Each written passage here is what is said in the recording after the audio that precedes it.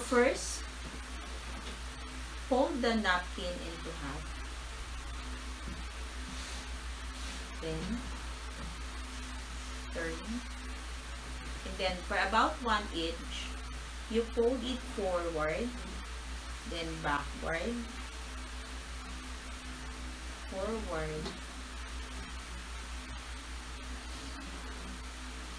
creating a pleats or accordion.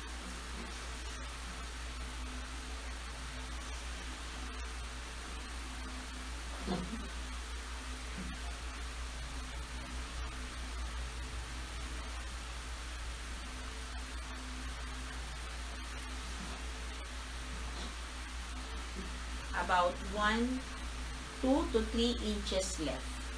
So you just fold it into half.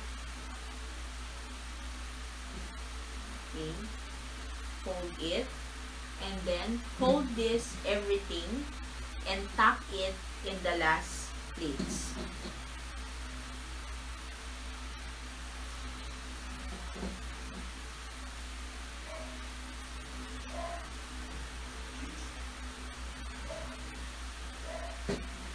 Open it. The standing pan napkin fold.